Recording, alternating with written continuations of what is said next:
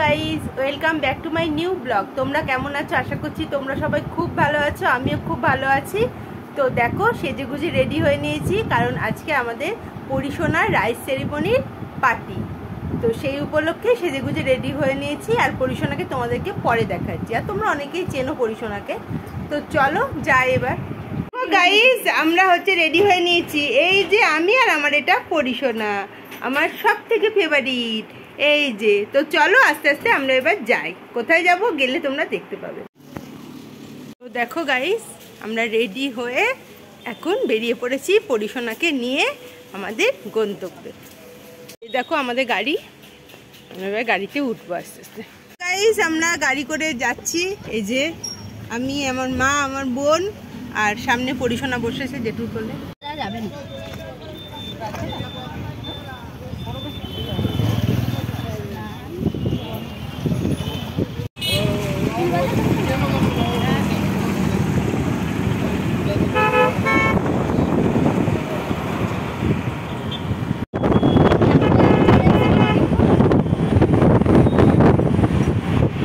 তো ফাইনালি আমরা পৌঁছে গেছি মাদ্রাসাট। আজকে পরিশোনার রাইস সেরিমনিটা এই মাদ্রাসাটাই হবে। তো সকলে মিলে আস্তে আস্তে ভেতরের দিকে যাচ্ছি।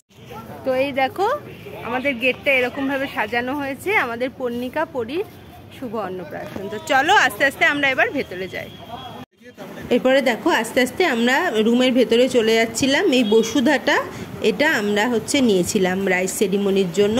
এই যে আশপাশটা দেখো, ভীষণ সুন্দরভাবে সাজানো গোছানো ছিল।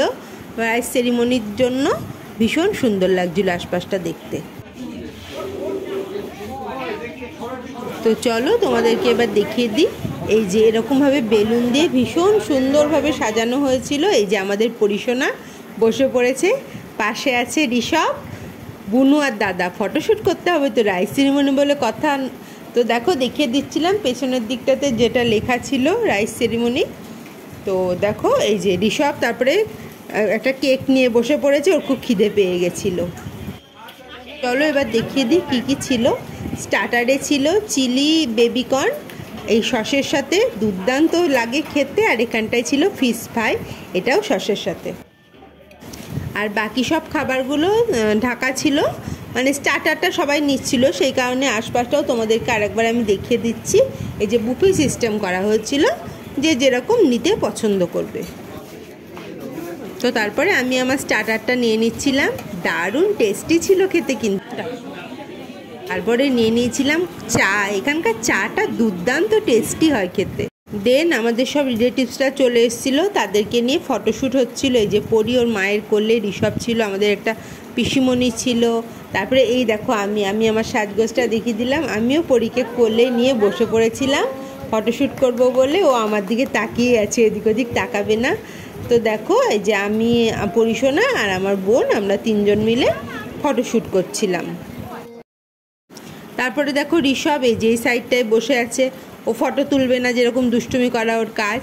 তো ও, পরি আর আমার বোন তিনজন মিলে ফটো তোলার জন্য ডাকা হচ্ছিল ঋষভকে। তারপরে তিনজন মিলে ওরা ফটো তুলে নিয়েছিল। তো দেখো, যেতে চাইছি না, জোর করে ওকে ডাকছে। তো তারপরে দেখো, প্রথমে ছিল বেবি নান, তারপরে ছিল চানা মশালা। প্রত্যেকটা খাবার ভীষণ টেস্টি ছিল। সাদা ভাত গরম গরম, তারপরে ছিল ভেজ ডাল, তারপরে ছিল ঝুরি আলু ভাজা। এখানটা একটা মিক্স ভেজ ছিল। তোমরা তো জানো মাদ্রাসাটের খাবারের কথা, আর দ্বিতীয়বার কিছু বলার নেই। এখানটায় ছিল কাতলা মাছ, এটাও ভীষণ টেস্টি হয়েছিল। তার সাথে ছিল পোলাও, পোলাওয়ের সাথে ছিল চিকেন। দুর্দান্ত টেস্ট খাবারের, ভীষণ ভালো হয়েছিল খাবারগুলো। তারপরে ছিল চাটনি, এখানটায় ছিল রসগোল্লা, এই যে সুন্দর রসগোল্লা। আর এখানটায় ছিল সন্দেশ। দুর্দান্ত টেস্টি টেস্টি খাবারগুলো ছিল। তারপর দেখো ঋষভ ওর এক দিদির সাথে এই যে বসে আছে। তারপর এদিকটা দেখো, আমার শাশুড়ি মা, আমার মা, আমাদের সব রিলেটিভসরা চলে এসেছিলো। প্রত্যেকে খাওয়া দাওয়া হচ্ছিলো। তো আশপাশটাও দেখিয়ে দিচ্ছে, যে জেঠিমা আর একটা জেঠিমা, এই যে আমার একটা দেওর, প্রত্যেকে ছিল। খাওয়া দাওয়া স্টার্ট হয়ে গেছিলো। এই যে দেখো অ্যাটমসফিয়ারটা, এদিকে আমার হাজবেন্ড, জুন, আমাদের ছোটো মামা শ্বশুর, সকলে ছিল। আশপাশটা আমি দেখিয়ে দিচ্ছি। ভীষণ ভালো লাগছিলো, ভীষণ ভালো লাগছিলো। খুবই এনজয় করেছি, এবং প্রত্যেকে ভীষণ এনজয় করেছে, খুব ভালো লাগছিলো। সব কিছু কমপ্লিট হয়ে গেছে। বেশি ক্লিপ আমি নিতেও পারিনি যেহেতু বাড়ির প্রোগ্রাম, তো যেটুকু পেরেছি নিয়েছি। দেন প্রোগ্রাম কমপ্লিট। এরপরে দেখো আমি আমাদের পরিশোনাকে নিয়ে আস্তে আস্তে প্রোগ্রাম কমপ্লিট হয়ে গেছে, যাচ্ছি এবার গিয়ে গাড়িতে উঠবো। তো তোমাদের ভিডিওটা কেমন লেগেছে তোমরা কমেন্টে অবশ্যই জানিও, আর ভালো লাগলে একটা লাইক করে দিও, সাবস্ক্রাইব করে দিও। তো দেন দেখো আমরা বাড়ি চলে আসছি। এখানে আমি আমার ব্লগটা শেষ করলাম।